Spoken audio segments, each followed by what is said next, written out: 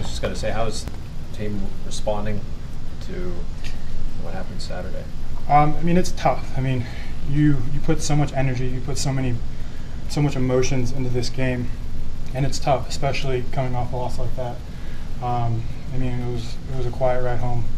I mean, we were thinking about what we did, and one thing that kind of stuck with me today is one of our coaches said, I mean, when your armor's starting to get all these chinks in it, when adversity's coming your way, it's really going to speak on how you are. How are you going to respond to this adversity that you're facing? Are you going to put your head down, or are you going to fight through it? So I think a big thing for us is, I mean, we're having some adversity, we're having some trials, and we just got to keep our head down and push through this and work through it and overcome it. And I think that's a big thing, and I think that's going to show a lot of who we are as a team.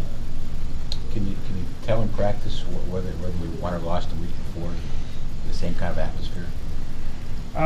You try not to. I mean, every day you have to take each practice like a new day. You have to take like the same energy, like it's day one of camp, and that's what Coach Narduzzi has kind of preached to us: is every day is a new day. Put the last play behind you. Play one play at a time. So that's how our mindset is at the O-line. That's how our mindset is as the offense. So, I mean, I can't speak for the other side because I'm not with them, but that's our mindset. That's what we're trying to do. Does his demeanor, his approach change at all when you guys are in a little rut like this, Narduzzi? I don't think so. I think we talk about consistency, and we talk about being the same guy. So I think a big thing for us is kind of being the same, not changing up, sticking to the process, trust the process, and I think that's a big thing that we need to focus on. Oh, this isn't working, let's change up. Well, it's worked in the past for us. Let's do our job, let's do our assignments, let's stay focused on what we need to do. Is it difficult not to want to change, to try to shake things up, or maybe try to do too much because you want to make a play? I think a big thing that we need to focus on is fundamentals. I mean, go back to your roots, go back to day one and stick to the fundamentals. I think a lot of times where people try to do too much, or like you get into this rut and you try to do more, but if you do your job, you do what you need to do, you do the fundamentals, day one stuff, things are going to happen good. Things are going to work out. Through 5 games here, kind of the team in total has racked up 40 penalties. What do you feel like, from your vantage point, is maybe causing that some, and what are some of the corrective measures you guys have tried to make here recently to sort of cut down those mistakes? I mean, what's caused those is, like, you get emotions. I mean, it's an emotional game. Maybe people aren't thinking straight. I'm not too sure about that with the penalty aspect. I mean, what we're focused on, hey, you get a penalty, you got to fix it, you got to change, you got to learn from other people's mistakes. And we've had a lot of penalties in that sense where we can see other guys learn from their mistakes. And I think that's not just a penalty thing, that's a play thing. And taking those mental reps when other people do something wrong, learn from their mistakes. So I think that's a good thing.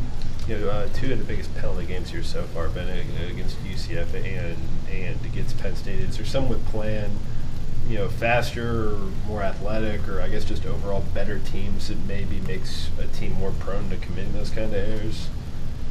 I think with those teams, maybe we're getting in our own heads, but I think it goes back to doing your fundamentals. I mean, it goes back to doing your job. I think once you overthink something, I mean, I've overthought things before. When you overthink things, you're not in the clear mind. Do what you're told, do what your coach, do your assignments, and things are going to work out. They're going to open up holes. We're going to get our lanes. Receivers will get open. So I think that's a big thing, is just stick to your fundamentals. Connor, when you overthought something, what was the result? What happened? Usually nothing good.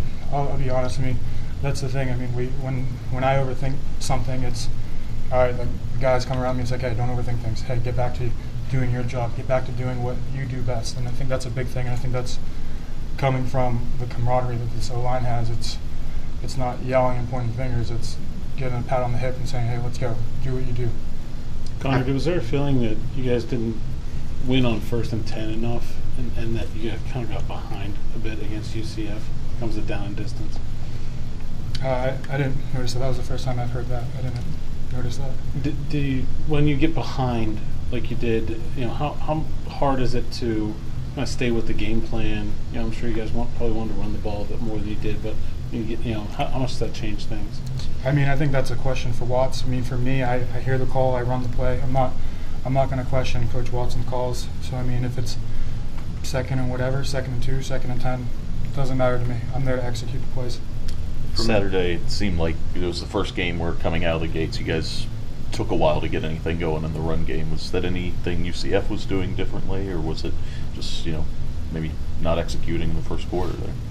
I mean, I think that's probably a game plan. I mean, maybe we made some adjustments and then we got the ball moving.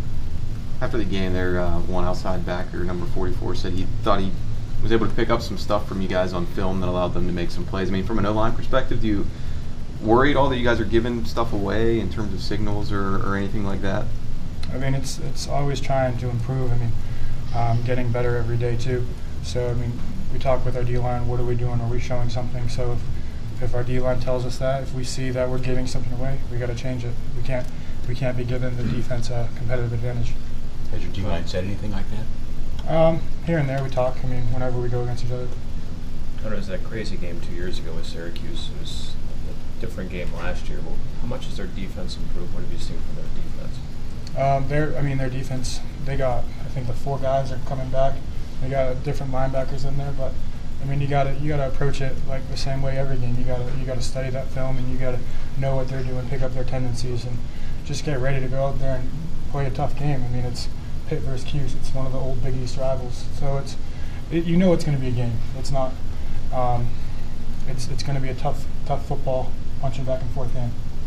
Narduzzi said that you had a couple nice chalk blocks and put a couple linebackers on your back. Did you feel like you had one of your better games on Saturday? I mean, I went out there and played. I mean, I thought I did some things well, but there's a lot of things to improve too. I mean, there's a lot of things to correct. So I mean, I had a couple chops, I had cut blocks, but there's also a lot of things that I can work on and get a lot better at too. So it's not that I had a good game. I had a good couple plays, but I mean, there's also a lot of plays I can do better on too.